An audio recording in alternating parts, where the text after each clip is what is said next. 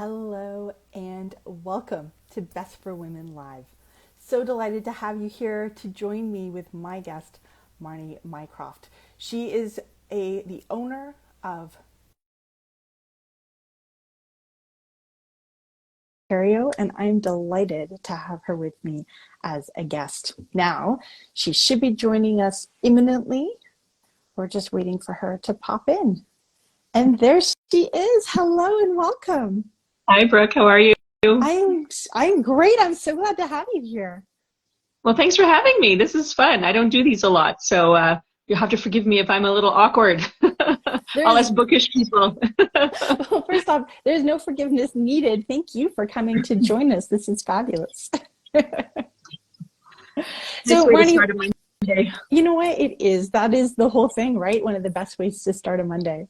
So why don't we start by having you tell us a little bit about what got you into reading? What was your sort of origin story with books? You know what? It's hard to think back to when it all first began. I think I was an early reader when I was young, and my mom, she was a huge reader when I was a kid growing up. She always had a book in her bag, or I always saw her reading in the corner, you know, when she had some downtime. And I think what really solidified it for me was one Christmas she put a copy of The Lion, the Witch, and the Wardrobe in my stocking for Christmas. Well, Santa did it, but I know it was my mom. And that book just kind of sealed the deal for me. It was, you know, one of the best things that I ever read as a kid. And it just kind of opened up a whole new world of reading for me. So I think that's probably where it started. And then from there, my mom used to always take us out to the library, the local library. Once a week we would go, or the local used bookstore. We would take our little books and trade them in for credit and come home with some new treasures. So that's pretty much where it all started for me. Oh, I love that for two reasons. I also have memories of going to the library. My cousin, my mom's cousin, was a librarian. And so not only that, but she used to gift us the books as they came out in circulation. She would always pick out a couple books and have them. So a lot of our childhood books, which have now passed down to the next generation and then some, still have the Toronto Library binding on the back of them, like the wrapper with the number down the side. Yeah, you used to stick your little library card with the checkout date on them. Yeah. Yep, I am that old. That's exactly how. There's no electronic cards. You had a real physical card that you had. That's so awesome. I remember those days well. My very first experience, not with a used bookstore, but the idea of the trade-in. We start to see that now, like even on the side of the road, there's the little book libraries that you sometimes find. Mm-hmm. And my very first experience actually was being at Pickwicks, which is obviously not only your store, but my favorite store in Waterdown, and being able to go and the idea that I could like give back the books that I'd read and get credit to buy more books. I was like, wait, how does this work? What? Yeah, no, it's amazing. And we get all kinds in the store, but I mean, we get the people that read the book and they're never going to read it again. So they would rather, you know, trade it in for some store credit so they can get new ones. Or there's the book hoarders that come in and they're like, oh no, I'm not ready to part with any of my books yet. So you kind of have to coax them a little. Okay, well, when you are ready, we're here for you. But there's definitely the two different camps there. I love it. I will admit it has caused some problems at home for two reasons. One of them is I had a fabulous series. It's the #1 ladies detective agency. Yeah. And so got the very first book, fell in love with it, bought this, I think it was a 3-pack. And so read the first 3 books and then fell in love with it, bought the whole series, and then lent the series to my girlfriend who is a mechanic, because one of the key characters in the story is a mechanic, and I knew that it would resonate.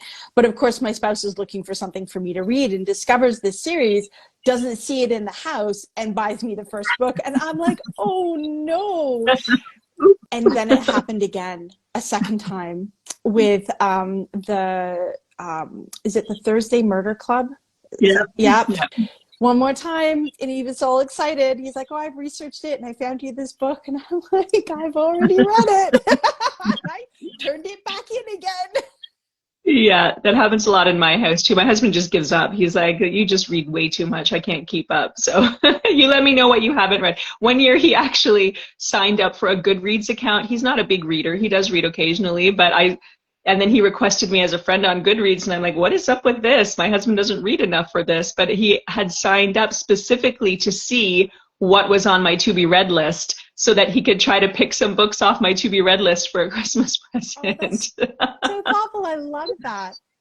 Yeah, the problem is I put like thousands of books on my to be read list. So, and some of them I don't even remember why I added them, but it was good. It was nice that he did that. That's really fun. So in terms of reading, so tell me a little bit about some of because you touched on it a little bit, and I want to dig into this more. So there's the people like me who will read a book and then maybe lend it to a friend or return it back. Or I love it and I keep it on a shelf, as I see you have some behind you. What other kinds of book patterns do you see, or book reader patterns do you see? I mean, those are the two main ones for the most part. I mean, for me, I'm a little bit of both. I used to have way more books that I have read on my shelf. The ones behind me here, these ones, I probably haven't read any of them yet. But I used to have a good mix of books that were near and dear to my heart that I just couldn't part with. Even if I wasn't going to read them again, I just still felt like I needed to have it on my forever shelf.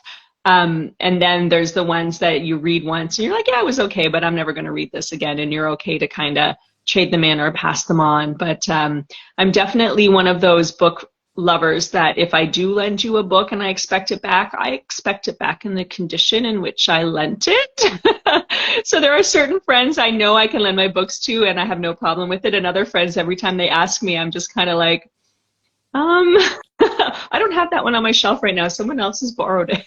It's because I know if they take it, I'm not going to get it back in the same condition, which is silly because a book is a book. They should be read and reread and read again, you know, so having the well-loved feel to it shouldn't really matter all that much. But that's just me and my husband would say my type A personality. So that you definitely have the dog-eared people or versus the bookmark people, or the organized shelves by alphabetical and color, or the ones that just kind of pile all their books in whichever way they feel it, and there's like piles upon piles. So I mean, there's all kinds out there. You can't really narrow it down, I don't think. I love that. So I have become a corner turner, like a corner folder. In recent years, I used to be a bookmark, and then I've had the bookmark fall out way too many times.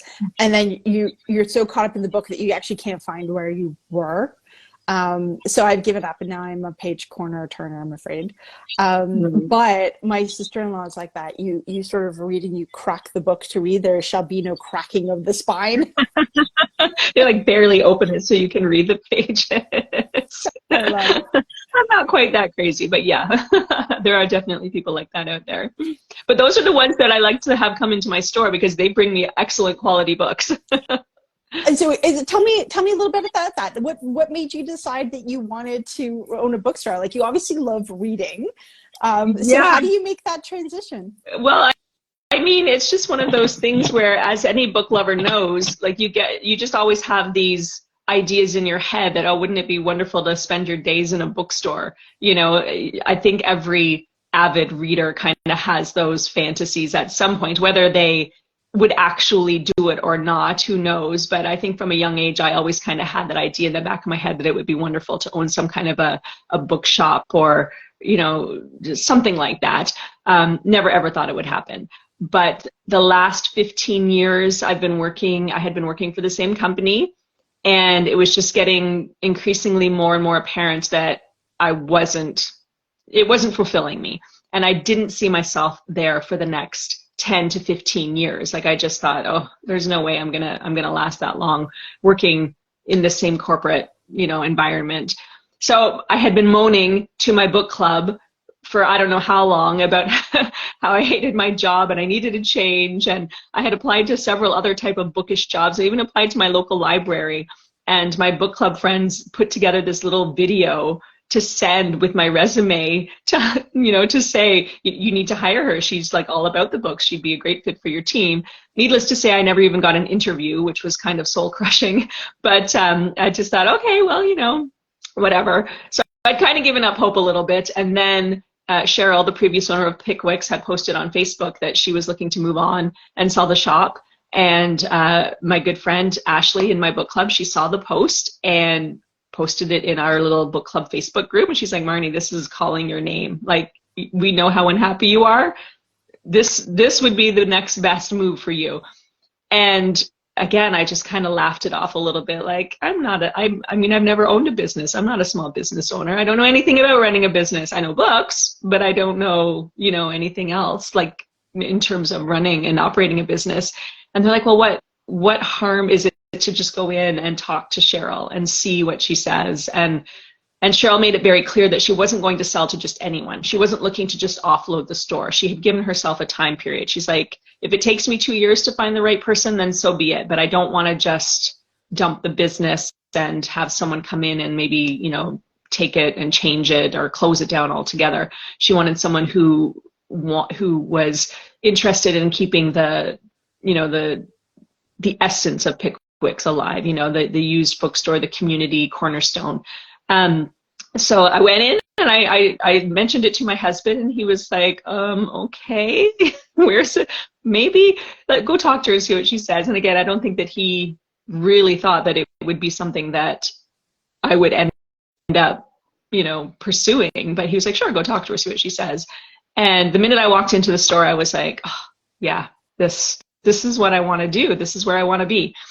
And from there, it was very quick from there. I went home and I said to my husband, yep, I want to do it. And he was like, okay, well, let's sit down. Let's crunch the numbers. Let's see if we can make this work. And the stars aligned, and it just, everything seemed to be pointing to, yeah, you can do this. You can make it work.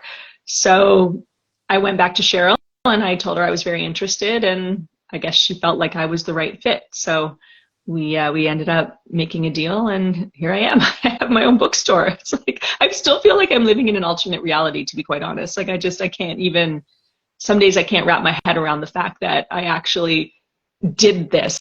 It's like Cheryl's saying was, leap and the net will appear. And I feel like that's exactly what happened. Like, I just kind of took this leap, like, okay, I'm just going to do this, and hopefully I'll land on my feet. And so far, so good. I mean, the Waterdown community has been incredibly welcoming. Everyone there has just been, so kind and supportive. And, the customers that come in and say, we're so glad that, Pickwicks hasn't closed and that you're still here. You're still part of the community. We don't know what this, the village would be like without it. So that's really great to hear that it's, it's been such an integral part of the community, and that I'm able to kind of keep the tradition alive. And even the founding proprietor, his name was Des Brady, his two daughters have both reached out to me as well to say, we're so happy that Dad's legacy has, kept on throughout all of these years, and that, you're able to to keep the tradition alive. So it's been great. Oh, that is so fabulous to hear. And I know for me, a fellow Waterdownian, I don't even know what we are. It was really awesome. I mean, I had seen that Cheryl was thinking about that, and to know that there was someone who came in who not only loved books, but understood the value of the concept of the used bookstore, where you can come and you can return books, and you can have like this store credit to keep. And it's funny because the way that I've sort of pictured it is almost like a lending library that has this small fee for the value of having like a lending library in a way. And I think one of the things that I've loved so much about it is the ability to come in and the wide variety of books. Right. Like the breadth of so tell us a little bit about what type of stuff is on the shelves. Well, I mean, I like to say we have a little bit for everyone, like we have everything from your general fiction, historical fiction, romance, to philosophy and psychology, astrology, astronomy, science. Like I mean, being a fiction lover myself, I was not surprised, but the amount of nonfiction that we sell was actually eye-opening for me. Like I kind of had this idea in my mind that most people were coming in to buy like their mysteries and thrillers and their general fiction and that kind of stuff. But we sell a lot of history. Like our vaults with the history in it is one of the most shopped areas in the store. and our philosophy section, which isn't very big to begin with, but I have people coming in all the time looking for the philosophy section, and that was just totally surprising to me. It was quite funny actually when one of the first times we went in, my husband and I, to look around the store, we noticed that one of the shelves had dictionaries. One of the very top shelves had all these old dictionaries on it. And my husband was like, who buys dictionaries? Like, are they even still a thing anymore? Like with the internet, maybe we could get rid of the dictionaries and clear up some shelf space there. And I was like, well, maybe, I don't know. We'll have to wait and see. Like, I didn't want to make any changes right away because I wanted to get a feel for what's coming in versus what's going out before I, drastically made any changes. And within the first 4 to 6 weeks, I sold like 5 dictionaries. I'm not even kidding you, 5 dictionaries. Every time I sold a dictionary, I would text my husband. I'm like, I just sold another dictionary. And he was flabbergasted. He's like, who is buying these dictionaries? What? And I'm like, well, one was right. And one was a woman who, she just likes to have the book as reference because the dictionaries have more of the etymology of the word in it as opposed to going to Google where it's just going to give you the definition. Yep. A dictionary tends to go into a little more, depth of where the word originated from. And another one was a woman who had was helping her mom purge out their house and then got rid of her mom's dictionary. And her mom was furious. She's like, why did you throw out my dictionary? I use that dictionary all the time. So she felt terrible and was trying to find a dictionary to replace the one that she had purged from her mom's house. And so she was able to find one in the store. And I thought to myself, who knew? Like before taking on this business, I had some preconceived notions of what would be the popular sellers, and it's not at all what I thought. I mean, yes, to an extent, but certain things definitely have surprised me about what I sell. Our science fiction and fantasy section is also one that people call and ask all the time. Do you have certain authors in this section? So it's not very big at the moment. So that is one area that I would kind of like to expand on a little bit as well, just because I do get a lot of people asking it. It might not be very big because I may have bought out that entire section at one point. So my spouse's list, his is the original Star Trek books. Okay. And so every time for Christmas and birthdays, I always check. So I actually have a note on my phone with all the numbers of all the books he already owns, so that every time I'm in, I do a quick scan to see if anything else has come in. So yeah, so that may partly because we don't give them back because he does want to keep them. Exactly, yeah. And it's true, a lot of Alliance to Science Fiction Fantasy people do like to hang on to those books. So you're right. It used to be one of the book box options. You could choose that genre for the book boxes, and we had to take it off the list because we just didn't have enough to fulfill the requests that were coming in for it. So you can choose like to have 1 or 2 thrown in there, but you can't choose to have like all 6 books. So tell me, what is a book box? So the book box is like a mystery box that Cheryl, the previous owner, she came up with during COVID when the store had to close and she wasn't able to welcome customers into the store. She had to pivot and, come up with an idea of how to still keep the business running without customers in the store. So she started the website and she created these mystery book boxes where you can have 2, 4, or 6 books shipped directly to your house. And the premise is you can't choose what books you want in the box, but you can choose what genres you like to read. So you can tell us you're a mystery thriller fan, or that you like romances, or you prefer biographies, or whatever. And, in the notes, you can kind of give us an idea of the types of authors that you like to read. And then from there, we choose books from our shelves that we think would complement your reading, but also maybe expand your horizons a little bit. We may throw 1 or 2 books in there that we think, okay, well, this isn't specific to the genre that they had requested, but we think that it's a great read and maybe it will expand their reading horizon a little bit. Or will,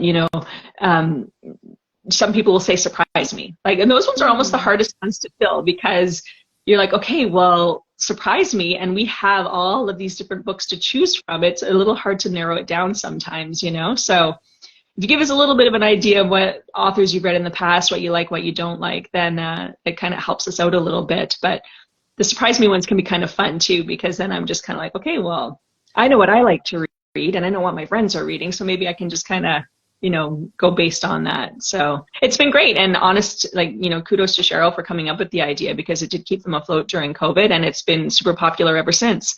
We have people from all across Canada that order these boxes.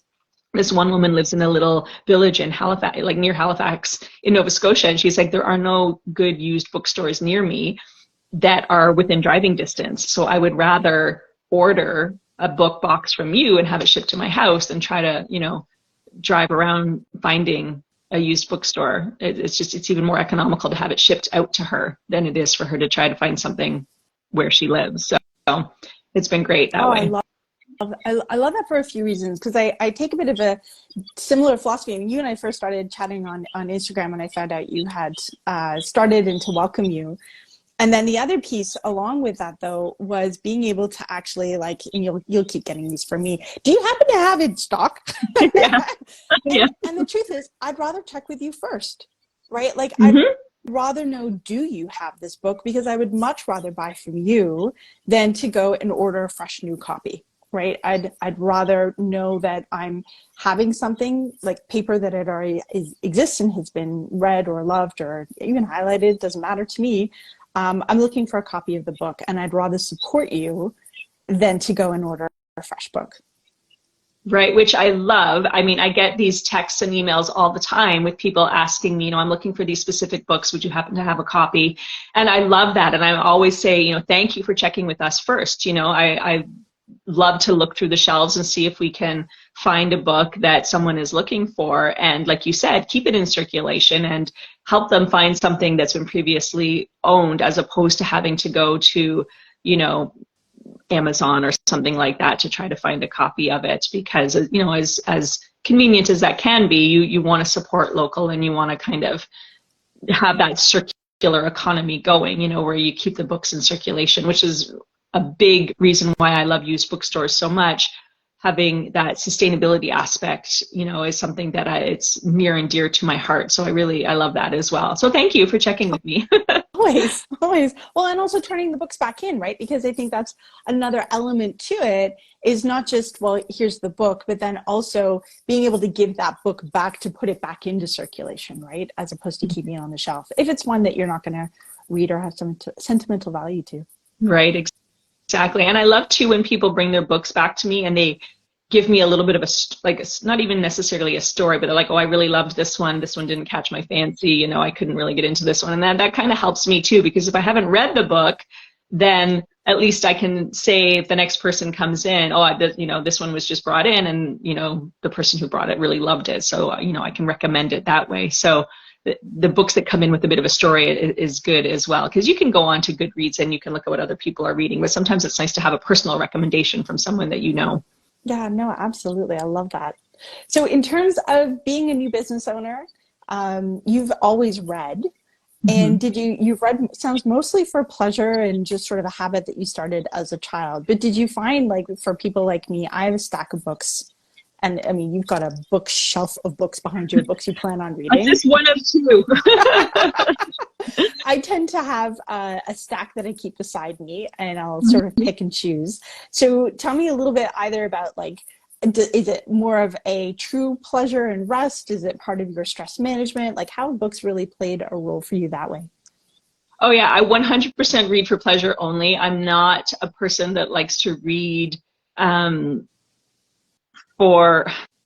I don't want to say I don't like to read for knowledge, because that's not true. I will read occasionally for, insight and stuff like that. But for me, reading is just sheer escapism. Like, I like to get out of my own head. I like to escape with a book, and just kind of, in today's hustle and bustle world, like, just everything is go, go, go, and everything's online and everyone's on their screens all the time. I just need to be able to take some time for myself, get off my screen, get off, the news cycle, and just escape into a book that I can just, it takes my mind off of everything. And I love reading about different cultures and different, just different places that I may not be able to visit myself, but that I can kind of escape to through a book. if you know what I'm saying. Like I may never travel to India, but I've read several books that are set in India. So I kind of almost feel like maybe, if I ever did go there, it wouldn't be such a surprise or a shock to me that, like it just, I just, yeah, sheer escapism for me. So I don't know how else to say it, but it's stress management, escapism. My lawyer actually, when I took over the business, tried to recommend a couple of books to me about, small business ownership. And I started reading a couple of them and I was just like, oh, okay, this is too much like homework. Okay, we're going to dig into that a little bit more. But I love this comment. Stephanie Pollard wrote, thank you for affirming my love for historical fiction and Sophie Kinsella novels, with a smiley face. So mine actually is, I think it's Anne Davies, with the Falco series. My parents got me into that, and it's set in historical Rome. And it's sort of in there with the murder thriller. He's a investigator. Read the entire series. That's one that I collect because my spouse then picked it up afterwards. So yeah, right. Yeah, totally understand. You feel like you know it, and then you start watching other historical documentaries, and you're like, oh, that's exactly how she described it. Yeah. Well, it's so funny the things that you pick up reading those books too, they're fiction, but they always have a little bit of reality, thrown in there for the most part. And, my husband and I are big Jeopardy watchers, and we're always like, shouting the answers at the TV, and he's always like, how did you know that? I'm like, I read it in a book, dude. Like, it's from the series that I read. That's how I know this. And he's like, yeah, okay, that makes sense. But I just love that because you just pick up all of these tidbits along the way. Of the things that, and it wasn't from a history book, you were caught up in the plot, and this was like tangential, painting the story, but it sticks. Yeah, exactly. Do you find, Marnie, you actually take time, like when you talk about escapism, like I'm a read a few pages before bed, like can't usually finish a paragraph, but so I'm a really slow reader, not just because I'm slow, but because of how I dedicate time to reading tends to be right before bed. But do you find, like, are you a Sunday afternoon, or do you have like time that you schedule for this, or do you have you found you've been able to carve out time to make time to read? So back when I was a commuter, when I was taking the GO train into Toronto 5 days a week, that was my reading time. The commute was not ideal, but at least for me, I was like, okay, I know I have an hour and a half, almost 2 hours every day where I can, put my earbuds in and just read on the train and tune out everyone around me. So I was back then reading a book a week or more. I was able to get through a lot of reading. But now, since COVID hit, actually, I found that I was home all the time, and I wasn't reading as much.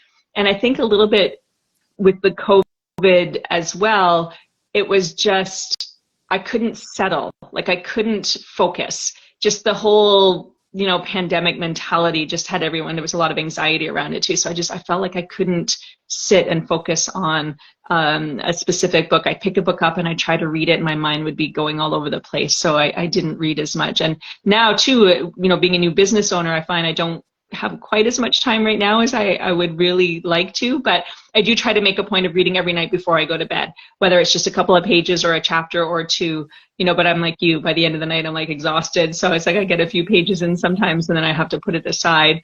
But I do try to make sure that, every day there is a little bit of reading time thrown in there. And sometimes at the bookstore too, I'll be like shelving books or whatever. I'm like, oh, this looks cool. And I'll start picking it up and I'll flip through a couple pages. Next thing I know, it's like 10 minutes later. And I'm like, ooh, I'm still reading this book on the slower days, of course. But yeah, I don't consciously, I guess I do. I mean, my book club, because we have to read a book every month. So I do try to make sure I'm carving out time to read that book specifically. But yeah, I always have a book with me. I've got a book in my purse wherever I go. So if I'm like have to wait in line or if I'm stuck somewhere, then I've always got my book with me. My daughter is the same way. She never leaves the house without a book. We went down to the Sound of Music Festival yesterday down at the Burlington waterfront, and it's like she's wandering around reading Don't Judge, Stephen King at the age of 13. And I'm like,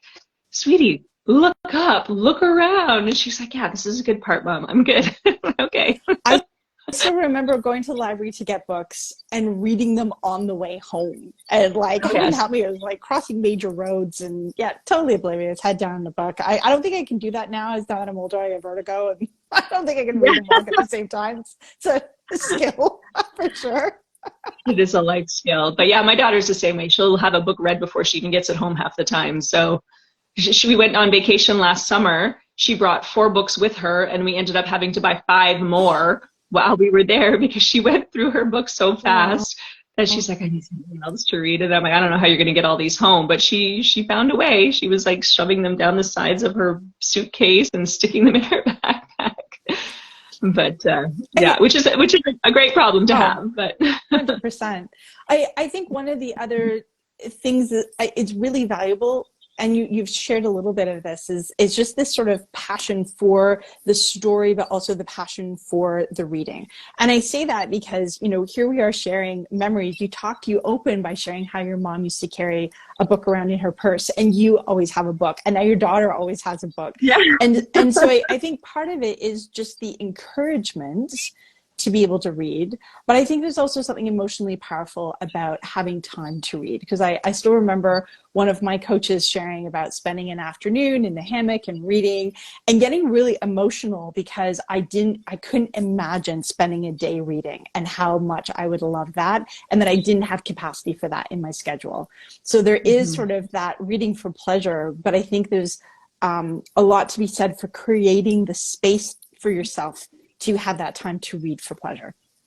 Absolutely. I think if, you know, you have to prioritize certain things in your life too, right? And if reading more is something that is a priority for you, then you absolutely have to kind of carve out that time. I'm lucky. I mean, I'm a mom. I have one child. I'm not, like, she's 13 now, so she's more self-sufficient than she was. I didn't read a ton when she was little until I went back to work, and then I was able to read on the GO train where I had that, you know, hour to myself. But yeah, you definitely have to kind of carve that time out of your day to say, okay, I just need half an hour or an hour to kind of sit and read, or, you know, listening to an audiobook if that's your thing. You know, it's just you just kind of have to make the time if you want it to be. It's like everything. It's like exercise. If you want to you got to make it a priority if that's something that you want to make into a habit. So I love that. Marnie, there's not a large percentage of people who not only go into business, because there's a lot of startups out there, but not a lot of people who buy an existing business. And it warms my heart because there's even less numbers of women who buy existing businesses. So for anyone who's ever thought about following the dream that you have, right? You've imagined yourself as maybe being in, could be a bookstore, could be a cafe, could be a retail store, could be any business. But what advice would you give someone who's thinking about acquiring a business? It's really hard for me to come up with specific advice because, I mean, you've heard it, everyone's heard it before, just follow your heart. You know, like if you're passionate about it and if you really believe in whatever that business is, then you just kind of have to take the leap. You can't get stuck in your own head, and which was me for a long time. I always thought there's no way I could be a business owner because it had been brought up with me. I'm a big knitter as well. I love to knit, and it had been brought up with me on several occasions. You know, you should just start your own knitting company, like whatever it is, selling your knits, or a yarn store or whatever. And I never thought being a business owner was in my wheelhouse. You know, like I just thought I can't do it. I'm not equipped. I don't have the knowledge or the resources to do this. And I'm incredibly blessed. My book club is filled with successful women who, several of them own their own companies. So when it came time, when Ashley posted the book club for sale, or the bookstore for sale, they jumped on it. They're like, you can do this and we will help you. So, you know, having the resources, following your heart, not being afraid to make mistakes. Oh my God, I've made so many mistakes in the first 2 months. I found out last night that my web domain had expired 4 days ago, and my website was completely gone. That's pretty serious. Yeah, I was like, what happened? And it turned out that when I took over the web domain, you have to renew it, and I hadn't input the payment details correctly or something like that. I don't even know what exactly I did wrong. And it expired. And so I was like, last night at 10 o'clock, I was doing something and I went to the website and it was like, this doesn't exist. And I was like, what? Anyway, I got it fixed and it's fine now and whatever. It's no problem. But I mean, who knew? Who knew that this was something that you kind of had to stay on top of, you know? Like I got the reminder email. I thought I had set it up quickly or properly. And then I guess I should have double checked. But anyway, it was my 50th birthday on the weekend, so my head was elsewhere. But congratulations. So my last weekend, actually, I should say. If people do want to find you, what is the website now that it's back up and running? Yes, it's pickwickbooks.com, so it's very easy to remember. We only sell our book boxes online at the moment. You can also buy gift certificates online as well. But I am maybe in the future looking to add my inventory online. I'm also looking at maybe adding book club kits, because there are some books that I have several copies of in the store that I think would make, you know, good book club reads. So I might start selling those online to book clubs that, you know, are looking for a cost-effective way to get books to all of their members if the library holds are too long sometimes. So I'm looking to expand that a little bit into the future. But yeah, pickwickbooks.com. Perfect. I also love how you're thinking about how these all fit into the bigger ecosystem, right? Of fresh books and library books and being able to have the circular economy. Yeah, absolutely. I mean, just from being in my own book club, I know sometimes it's hard for all 10 of us to get the book at the same time without us having to each buy a book that's 10, 20, 30 bucks each sometimes, you know, if they're newer releases. So it's nice to be able to have an option where you could get some secondhand books at a much better price for your book club. So I'm hoping that's something I can start offering by the fall, if not sooner. Perfect. I love this. I love how you're thinking. You got this. I'm faking it till I make it anyway. Best way to do it. Thank you for joining us today. Thank you for sharing your wisdom and your journey. I really appreciate it. Well, I thank you, Brooke, for throwing the idea out to me. I said yes right away, but inside I was dying because I'm always I feel like this is not my wheelhouse. You know, I like to say I'm an introverted extrovert. People who meet me don't think I'm introverted, but I'm an introvert in my soul. So this is, you know, outside of my comfort zone, which you need to do every so often. So thank you for throwing it out there. You're so welcome. I really enjoyed our conversation today. I love where you took us, and this was a lot of fun for me too. So thank you so much for joining us. Thank you. My pleasure. Absolutely. We'll make sure in the comments you'll have access to that link to pickwickbooks.com, and also where the handle is as well, so that you can come and enjoy either a book box or learn a little bit more about how you can make the best use of those books on your shelf that you're not going to read again and are happy to let go of. They should not be recycled, so there's better ways to do it. Perfect. Excellent. So thank you so much, and have a great rest of your week, everyone. Thanks, Brooke. We'll talk to you soon. Okay. Bye-bye. Bye.